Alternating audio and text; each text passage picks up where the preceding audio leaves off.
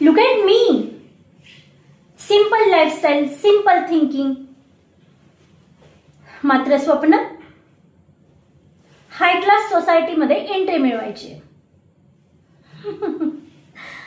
इतकं सोपं नसतं डार्लिंग. हे बघ, मी कुणाशी बोलतेय, कुणाशी फ्रेंडशिप करतेय, हे मी समोरच्याची लेवल बघूनच ठरवत असते. Because not everyone deserve my time. कळतंय तुला मी काय बोलतेय? मोठ्या मोठ्या पार्ट्या अटेंड केलं म्हणजे आपण क्लासी होत नसतो, हे लक्षात ठेव.